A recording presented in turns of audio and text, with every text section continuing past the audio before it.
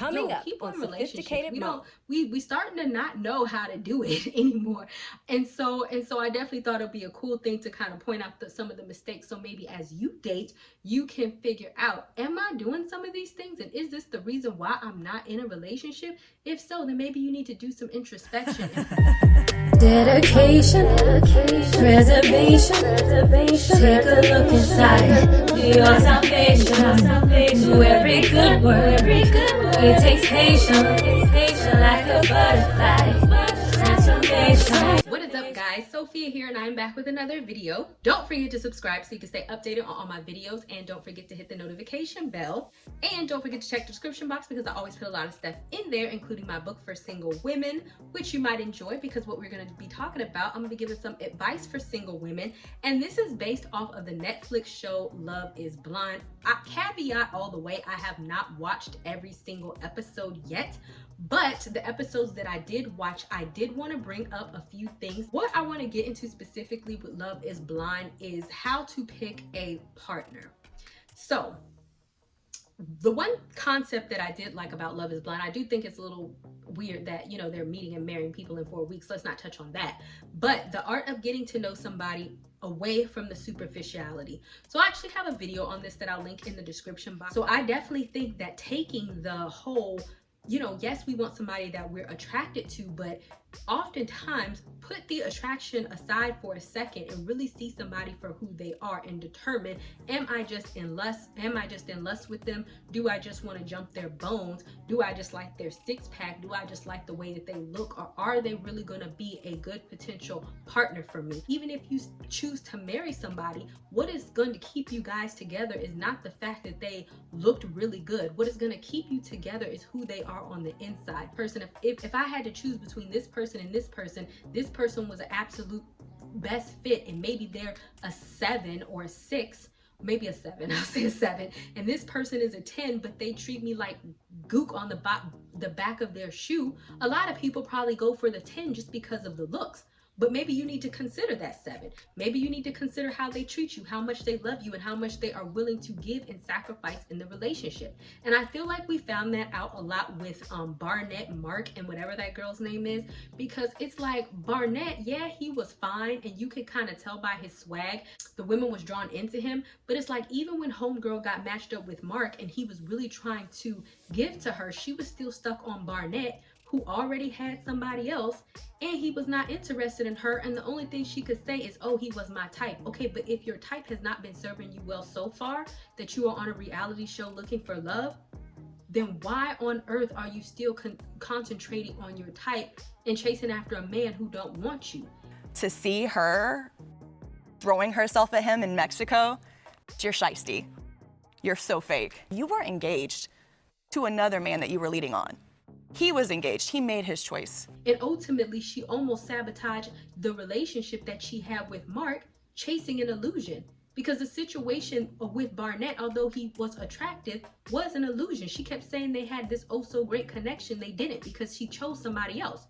But she was just stuck on how he looked, social status, and all these other superficial type of things, over actually getting to know who he was and seeing who was the best potential partner for her. I think Barnett is f***ing sexy and like hot, and like if Barnett and I continued our relationship outside of the pod, you would see a totally different Barnett, an introspective Barnett, a sophisticated, you know, holding himself high Barnett.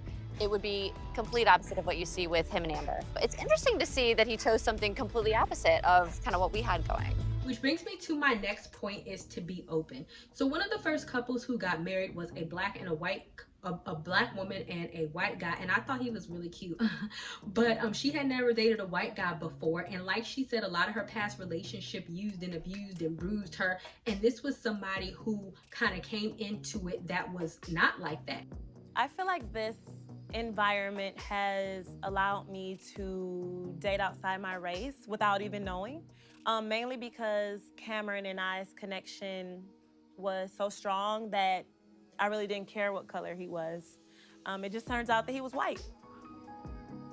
But one thing that I was definitely appreciative of is the fact that she was willing to give him a chance because he was a good man and he was willing to love her, even though that was not her stereotypical type. On the opposite end of the spectrum, you have Mark, and then you have the other girl that I can't remember her name, that it's like, oh, but he's 24 and I'm 36, and literally he met every single thing on her checklist, and I thought that he showed more maturity than she did, honestly. I know my worth, like 1,000%. Like I know who I am, I know what I bring to the table, and I know everything I'm worth.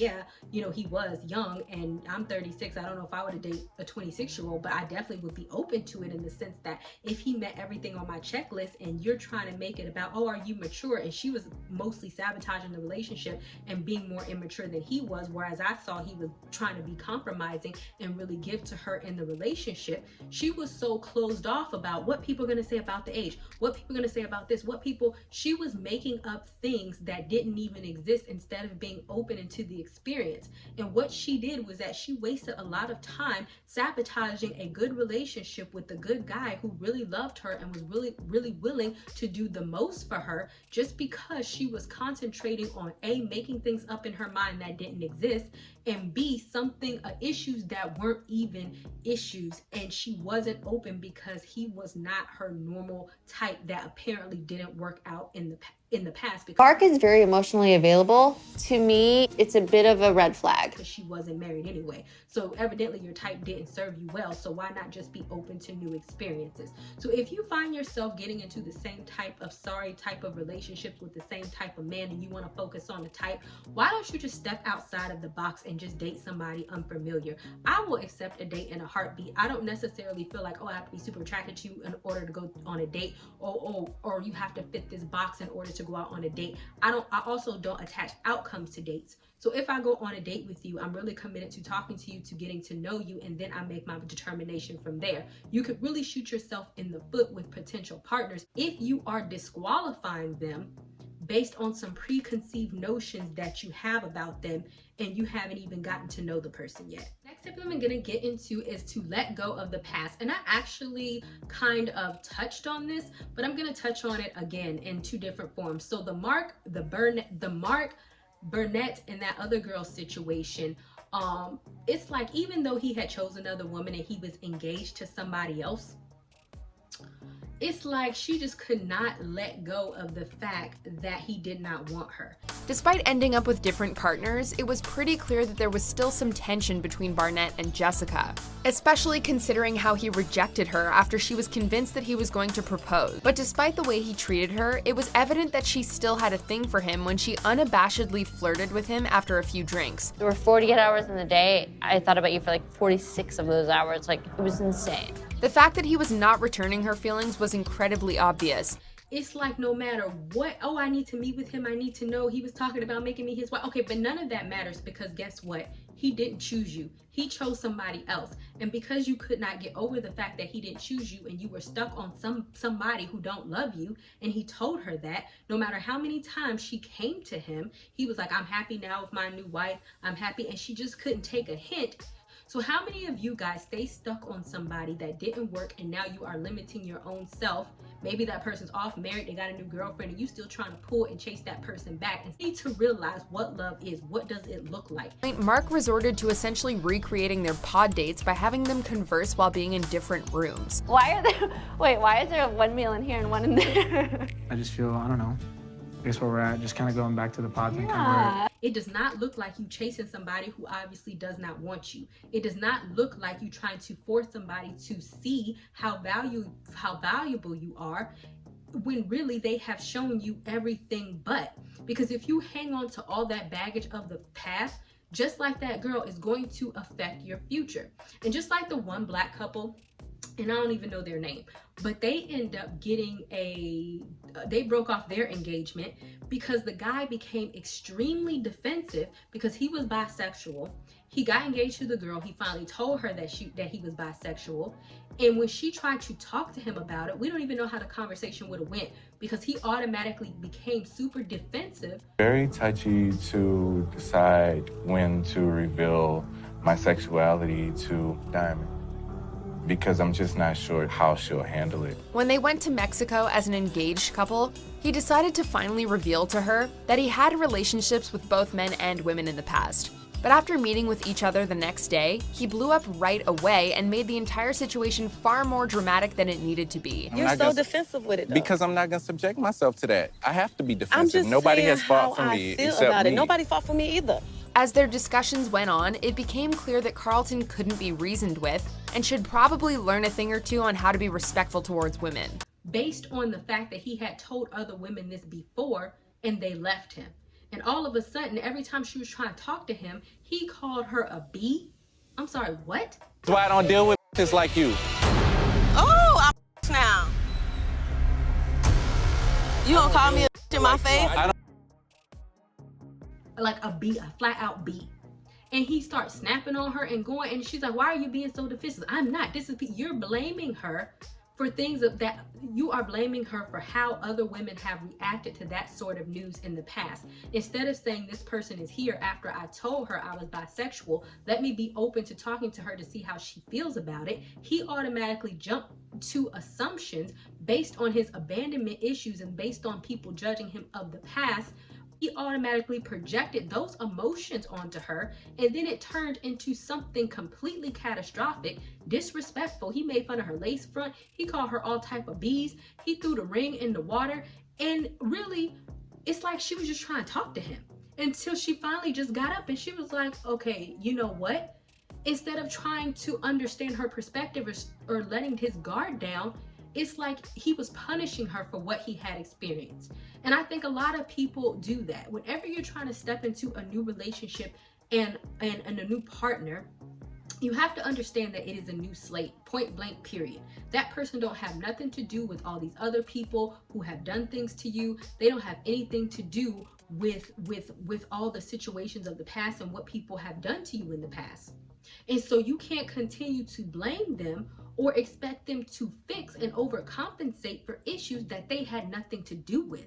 If you don't feel like you can let those issues go, then maybe you're not prepared to be in a relationship. And that will bring me to my next point, is that you have to be honest. So if you're familiar with the show, the guy actually proposed to the girl before telling her that he was bisexual. And I do feel like that would catch a lot of people off guard.